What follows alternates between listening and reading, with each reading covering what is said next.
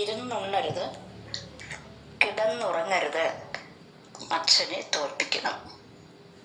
ഈ പഴഞ്ചൊല്ലുകളുടെ അർത്ഥം എന്താണ്?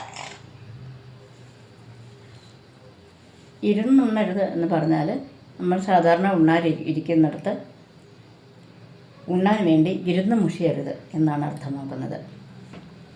അതുപോലെ തന്നെ കിടന്നുറങ്ങരുതെന്ന് പറഞ്ഞാൽ ഉറങ്ങാൻ വേണ്ടി പോയി കിടക്കരുത്, ഉറക്കം വരുമ്പോൾ കിടക്കണം, അതാണ് അർത്ഥമാക്കുന്നത്. മൂന്നാമത്തെ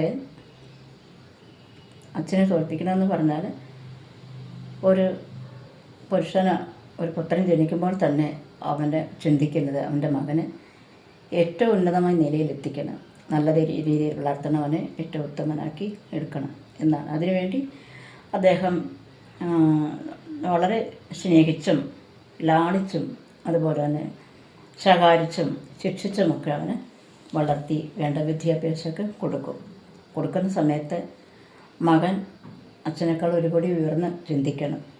കാരണം അച്ഛനേക്കാൾ കഴിവോടുകൂടിയും ബുദ്ധിയോടുകൂടിയും ചിന്തിച്ച് നല്ല സമർത്ഥനായി പഠിച്ച് നല്ല എത്തുമ്പോൾ അച്ഛൻ്റെ ഒരു രക്ഷാധികാരിയായി വർത്തിക്കുമ്പോഴാണ്